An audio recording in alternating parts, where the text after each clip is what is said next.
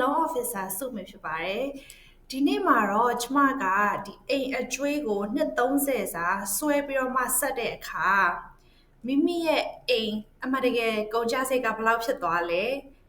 အားလုံးပေါင်းအတိုးတွေဘယ်လောက်ပေးလိုက်ရလဲနဲ့အကယ်၍မိမိကဒီအိမ်ကိုပေါ့နော်15နှစ်နဲ့အပြီးဆက်နိုင်တဲ့အခါမှာအတိုးဘယ်လောက်ပေးလိုက်ရလဲအိမ်ရဲ့အမှန်တကယ်ကုန်ကျစရိတ်ကဘယ်လောက်ဖြစ်သွားလဲဆိုတာကိုရှင်းပြီးတော့ပြပြပေးမှာဖြစ်ပါတယ်ဆိုတော့ဒီမှာဥပမာ case အနေနဲ့အိမ်တန်ဖိုးကတော့3သိန်းပေါ့နော်ဒီမှာ down payment အနေနဲ့ကကြတော့ 3% နဲ့သွားထားတယ်ဆိုတော့9000တူတူပဲပြီးတော့ဒီ loan amount ကကြတော့2,91000ပေါ့နော်ဒီမှာ2,91000ပေါ်မှာကျမတို့ကလစဉ်ဘယ်လောက်ပေးရမလဲဆိုတော့အိမ်အရင်နဲ့အတိုးနဲ့ပေါ့နော် PNI principal ရဲ့ interest ရဲ့ဘယ်လောက်ပေးရမလဲဆိုတော့1900ကျော်ပေးရမယ်1983ပေးရမယ်အဲ့ဒီမှာကျမတို့ထည့်မတွက်ထားသေးတာကကျတော့ property tax မပါသေးဘူးပြီးတော့ homeowner insurance မပါသေးဘူးအကယ်၍များမိအိမ်က HOA fee ပေးရ HOA fee မပါသေးဘူးပေါ့နော်ဒါအိမ်အတိုးရဲ့အရင်ရဲ့ပဲထည့်တွက်ထားသေးတာဖြစ်ပါတယ်ဆိုတော့ဒီအတိုးကို structure လုပ်ထားတဲ့ပုံစံဘယ်လိုမျိုးလဲဆိုတော့မိမိရဲ့ remaining loan balance ဘယ်လောက်ရှိလဲပေါ့နော်ဒီကျန်နေသေးတဲ့ loan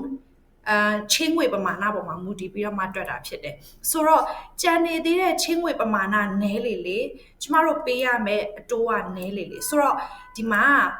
အရင်ဆုံးကျမတို့ကဒီ30 years plan ပေါ့နော်စချင်းကလေးကဒီ standard structure ကိုအရင်ဆုံးသွားကြည့်မယ်ဆိုတော့နှစ်30မှာဆိုလို့ရှိရင်ကျမတို့ကလစဉ်1900ကျော်ပေးရမယ်အဲ့ဒီမှာနှစ်30ပြီးသွားတဲ့နောက်မှာကျမတို့ကအတိုးအနေနဲ့ဘယ်လောက်ပေးလိုက်ရလဲဆိုတော့3,500,000ကျော်ပေးလိုက်ရမယ်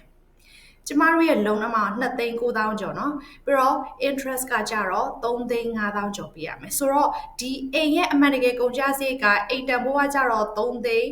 ဒီမှာအတိုးကကြတော့3,500,000ကျော်ပေးလိုက်ရတဲ့အတွက်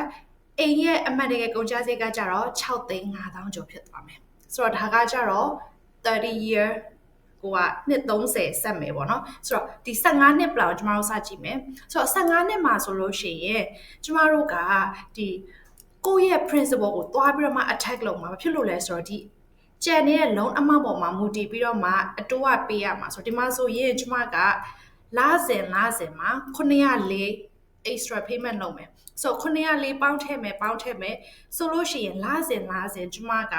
2,400ကျော်ပေးရမယ်ဆိုတော့2,400ကျော်မှာအဲ့လိုမျိုးလစဉ်ပေးလိုက်နိုင်တယ်ဆိုလို့ရှိရင်ကျမရဲ့အတိုးအားလုံးပေါင်းကဘယ်လောက်ပဲပေးရတော့မလဲဆိုတော့1,56,000ကျော်ပဲပေးရတော့မယ်2,000,000နီးပါးသက်သာသွားမယ်ပေါ့နော်ဆိုတော့ကျမက15နှစ်နဲ့လည်းအိမ်ကိုပေါ့နော်အကျွေးဆက်နိုင်လိုက်တဲ့အပြင်မှာဒီအိမ်ရဲ့အမှန်တကယ်ကုန်ကျစရိတ်ကကြတော့4,500,000ကျော်ပဲပေးရမယ်ပေါ့နော်ဆိုတော့ဒါကကြတော့နှစ်30နဲ့15နှစ် plan နှစ်ခုကိုကျမကရှင်းပြီးတော့မှပြပြထားတာဖြစ်ပါတယ်ရှင်းဆိုတော့အားလုံးပဲနောက်ထပ် video နဲ့ပြန်ဆုံပါမယ် bye bye